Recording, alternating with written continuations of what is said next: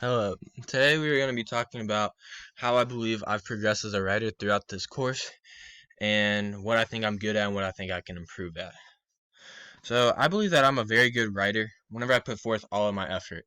I think that sometimes I can be slacking whenever I don't really want to get all that great information that's out there, but I want to get all of the information that I need just to get the grade. So I feel like I could go a little bit further, and instead of getting that 90, I feel like I could almost get that 95 to that 100 if I just put in a little bit more effort. Um, I honestly love writing and how interesting it is to find new information and then elaborate on that information, and especially informative essays. I love informative essays. It's a topic that you like and enjoy, and you just tell other people, and they can then learn about that. And I think that's fun because not only are you learning, but you're also helping other students learn. Today I'm going to be discussing my informative essay. My topic I found very intriguing to myself. It was does suicide of play or not suicide? Does social media have a part that would increase suicide? So throughout this paper, I talked about cyberbullying. Obviously, is probably the main one because it's bullying on the internet. Then we have actual bullying, and then that can be led into social media, and then we just have social media as its platform. So, today, my pre-writing tactics.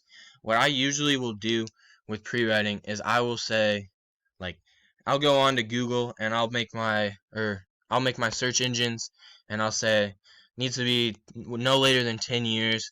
It has to be from I only go to .edu and .govs. Those are my only two sources I'll use, just because if I use other ones, I don't feel like they're as reliable. So I don't like to use those for school essays or papers that I write.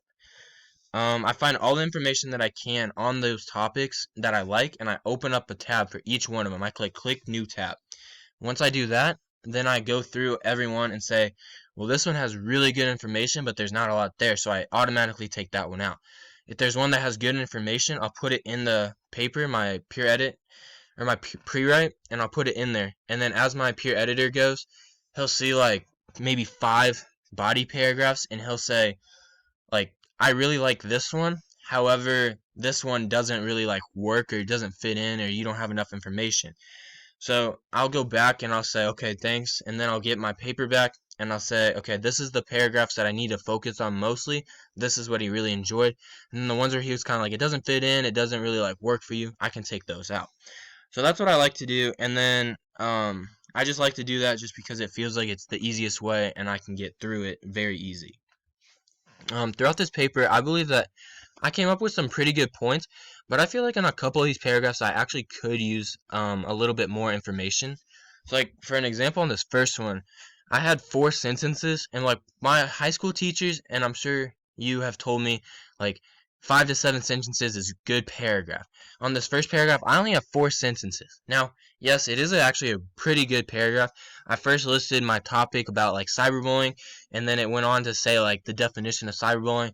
Then I gave a statement, a fact off of Swanson's University. It was a study that they did at that university, and they found out that young victims of cyberbullying are twice as likely to commit or attempt suicide or self-harm.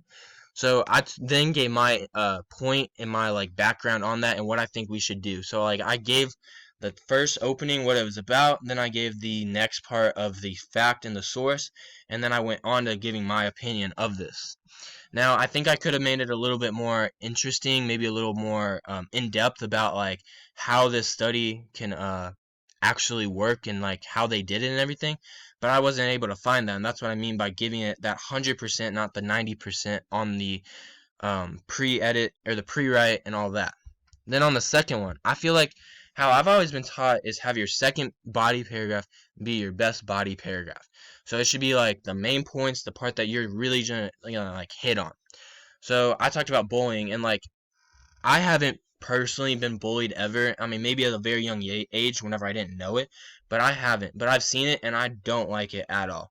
And I feel like everyone that sees it and just walks away, they're just not doing the world a good thing because it's just allowing it to happen. So on this one, I just talked about really good. I got in depth. I put 2 sources in here, and that's what I mean. I used the same source, but I cited 2 different pages. So I went in and I did the same thing. However, on this paragraph, I went more in depth.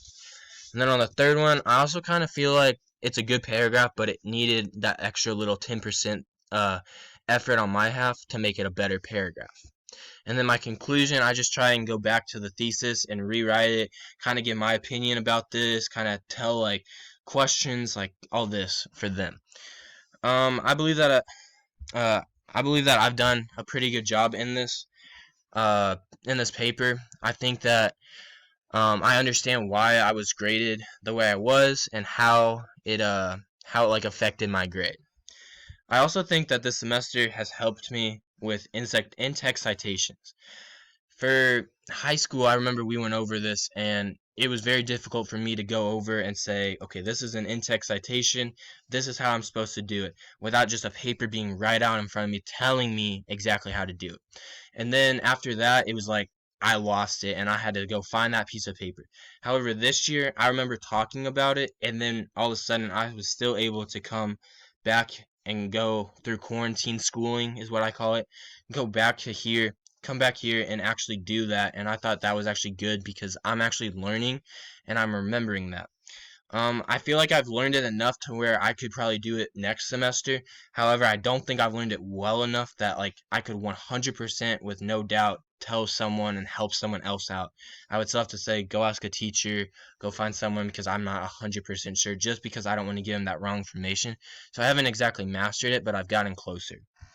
And then one thing I'd like to still improve on is actually just getting the best information. So kind of going back to I'm only giving 90%. If I could give that 100, that's an additional 10 points to my grade.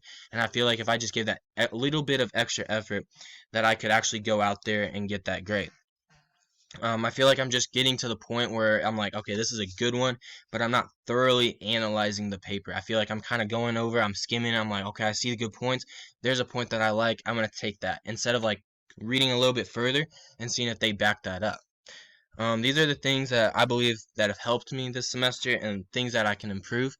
Thank you for listening and have a good day.